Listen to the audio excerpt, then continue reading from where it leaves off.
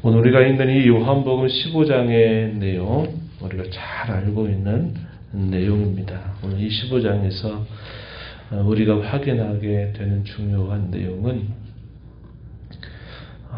삶으로 우리의 신분을 어떻게 드러내는가 하는 것에 대한 교훈들을 우리에게 잘 전달해 줍니다. 마치 포도나무에 가지가 붙어 있게 되면 자연스럽게 열매를 맺는 것처럼 우리의 신분이 주 안에서 변화가 되었다면 그 변화된 신분에 걸맞는 삶을 어떻게 살아가야 되는가에 대해서 오늘 이 요한복음 15장은 우리에게 잘 가르쳐 준다 하겠습니다. 역시 요한복음 15장의 내용도 다락방의 강화에 해당이 되는 내용입니다. 마지막 유언적으로 예수님이 하시는 그런 말씀에 포함이 되는 부분이죠. 예수님과 그와 붙어있는 성도에 대한 관계를 성경은 여러 가지로 비유적인 언어들을 통해서 말씀을 하시죠. 특별히 구약 성경을 우리가 쭉 보다 보면 하나님을 우리 왕으로 묘사를 한다면 우리는 그 왕의 다스림을 받고 보호를 받는 백성 관계로 표현을 많이 하죠. 또 가깝게는 우리 주님을 신랑으로 자신을 소개하신다면 그의 교회가 된 성도들을 향해서는 신부라 이렇게 표현해서 뗄 수 없는 그런 긴밀한 관계를 설명해 주기도 합니다.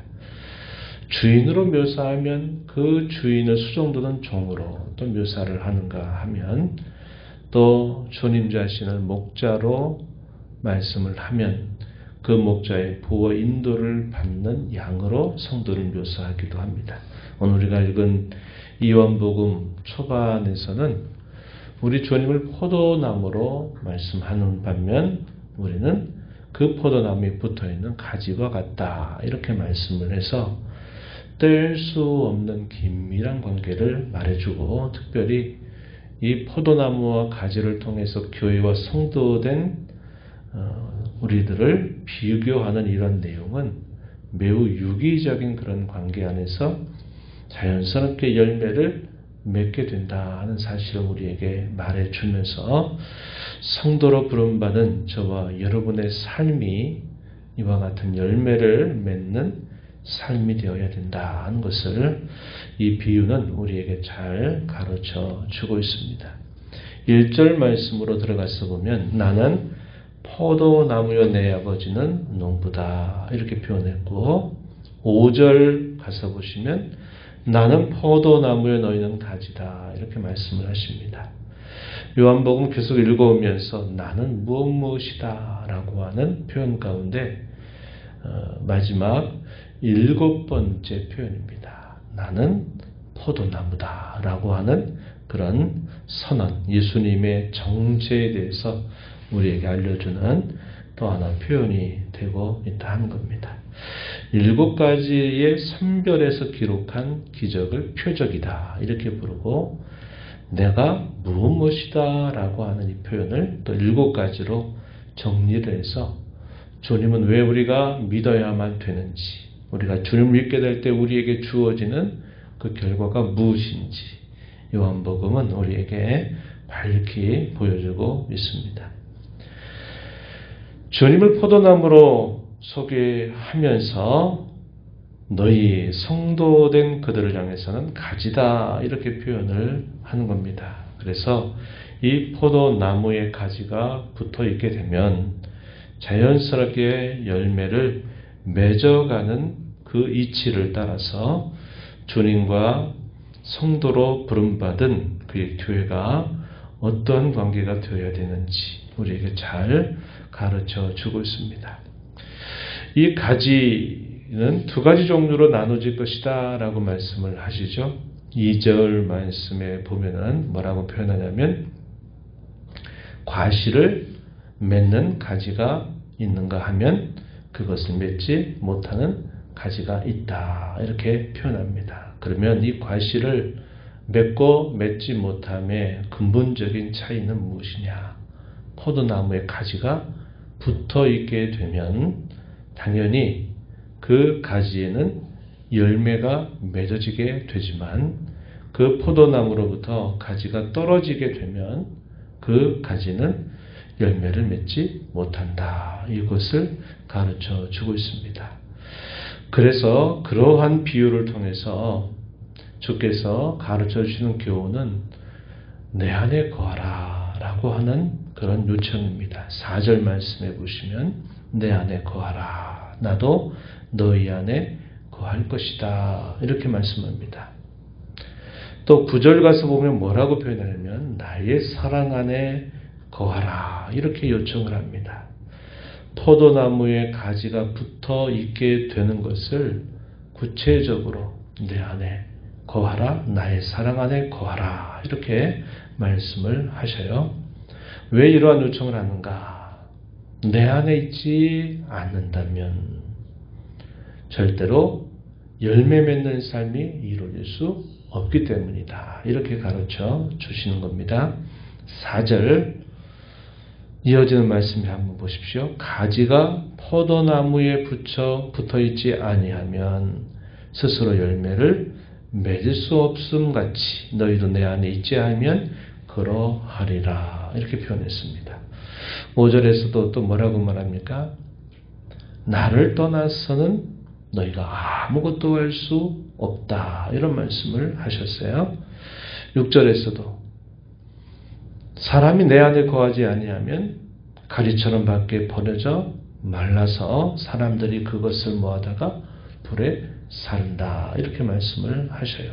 그래서 계속 강조하고 있는 이 표현은 주님 안에 거하라라는 겁니다. 주님 안에 거하지 않게 되면 결코 열매를 맺을 수 없다는 이 사실을 강조해 주고 있어요. 그리고 너희가 내 안에 거하고 내 말이 너희 안에 거하게 된다면 너희가 무엇이든지 구하든지 다 받게 될 것이다. 이런 말씀을 더해 주시고 있습니다. 주님 안에 거하는 것, 주의 사랑 안에 거하는 것을 구체적으로 어떻게 설명을 하냐면 두 가지 정도로 설명해 주는데 하나는 뭐냐면 계명을 지키는 것이다. 이렇게 말씀을 해 주셔요. 19절 조금 뒤로 가서 보시면 내가 아버지의 계명을 지켜 그의 사랑 안에 거하는 것처럼 이렇게 표현합니다. 그의 사랑 안에 거하는 것, 그것이 뭐냐? 계명을 지키는 것이다. 라고 이렇게 말씀을 해 주시고 계십니다. 이 계명을 지켜서 그의 사랑 안에 거하게 하시는 중요한 목적이 뭐냐면 11절에 가서 보면 기쁨의 충만을 얻게 하려 한다. 이런 말씀을 덧붙여 주셨어요. 계명을 지키는 것이다. 두 번째는요. 서로 사랑하라고 하는 계명입니다. 서로 사랑하라 하는 이 계명, 이것이 곧 주 안에 거하는 것이다.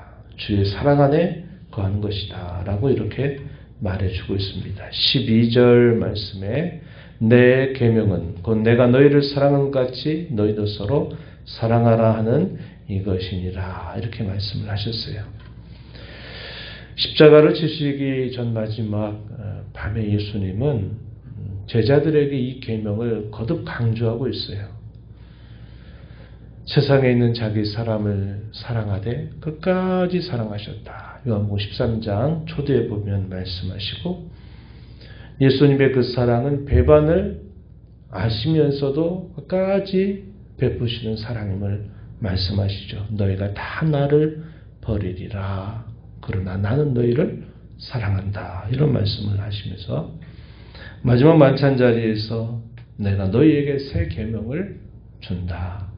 그것은 너희가 알지 못하는 계명이 아니라 옛적부터 알고 있는 계명인데 그것은 곧 형제를 사랑하는 것이다. 라는 말씀을 덧붙여 주시죠. 또 그때 무슨 일까지 행하셨습니까? 식사를 하시던 도중에 수건을 허리에 딱 두르시더니 대야에 물을 담아 그 물로 제자들의 발을 하나하나 씻기면서 내가 주와 선생으로서 너희에게 본을 보인 것처럼 너희도 그렇게 하라 하시는 말씀도 친히 말씀하셨다 하는 겁니다. 다락방의 마지막 이 강화에서도 예수님은 여전히 이것을 강조하고 있다 하는 겁니다. 그래서 주님 안에 거하는 것 두 가지로 말씀하셨어요.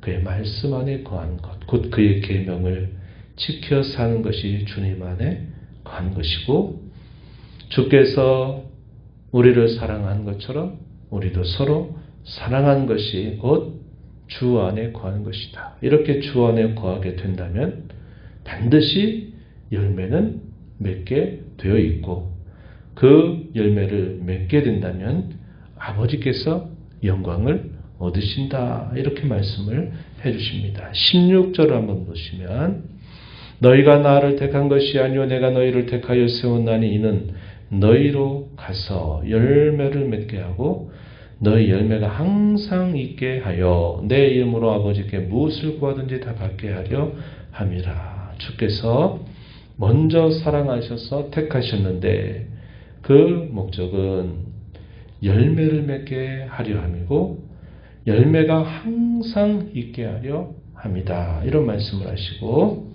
또 이 열매를 맺게 되면 결국 그것이 아버지께 영광이 된다. 이렇게 말씀을 하십니다. 8절 한번 가서 보시면, 너희가 열매를 많이 맺으면 내 아버지께서 영광을 받으실 것이요. 이렇게 표현을 했습니다. 열매 많이 맺는 알게 뭘까요? 주님으로부터 양분을, 마치 포도나무에서 양분을 공급받은 가지가 그 양분을 공급받아서 꽃을 피워서 열매를 맺는다는 것은 우리가 이 땅에 살면서 주의 형상을 닮아가는 것이죠. 하나님의 아들의 형상을 이루어가는 겁니다. 하나님의 성품을 우리의 모든 삶 속에서 이루어가는 그것을 열매 맺는 것이다. 이렇게 말해주고, 이 열매를 맺는 것을 통해서 결국 하나님께 영광이 되게 한다는 것을 가르쳐 주는 겁니다. 에베소서 1장 3절 이하에서는 이것을 어떻게 표현합니까? 거룩하고 흠이 없게 하시려고 우리를 택하셨다. 그래서 뭐하도록? 영광의 찬송이 되게 하시려고. 그래서 하나님이 우리를 택하시고 사랑하셔서 우리를 구원하신 목적을 두 가지로 크게 설명해요. 하나는 거룩하고 흠이 없는 백성이 되게 하시려고. 그게 뭐냐면 오늘 본문에 보면 열매를 맺는 것이다. 이렇게 표현하고, 또 하나의 목적은 뭐냐면 하나님의 영광을 노래하고 찬양하게 하는 데 있다. 오늘 본문에서 8절에서 읽은 것처럼 열매를 많이 맺음으로써 아버지께 영광을 돌리도록 그렇게 하는 것이다. 이렇게 말해주는 겁니다. 우리가 살면서 일과 사건들은, 크고 작은 모든 일들은 우리가 인생을 살면서 늘 경험하는 부분이죠. 그런데 그것은 왔다가 때가 되면 가게 돼 있어요. 또 어떤 것이 또 어떤 때는 또 찾아오기도 하는 겁니다.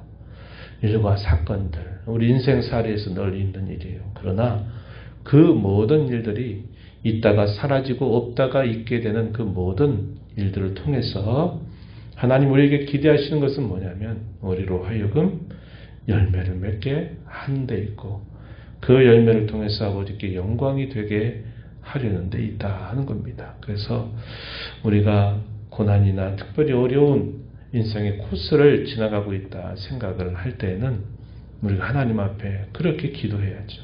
하나님, 제가 만난 이 일, 이 어려움 때문에 흔들리지 않도록, 그리고 이 일들을 통해서 하나님 성품을 닮아가게 해달라고, 더 신앙의 열매를 맺게 해달라고 우리가 기도하고, 이 고난과 어려움을 통해서 마침내는 아버지께 영광이 되게 해달라고, 도와달라고, 힘을 주시더라고, 지혜를 달라고 우리가 하나님 앞에 기도하는 자세가 중요하다는 겁니다.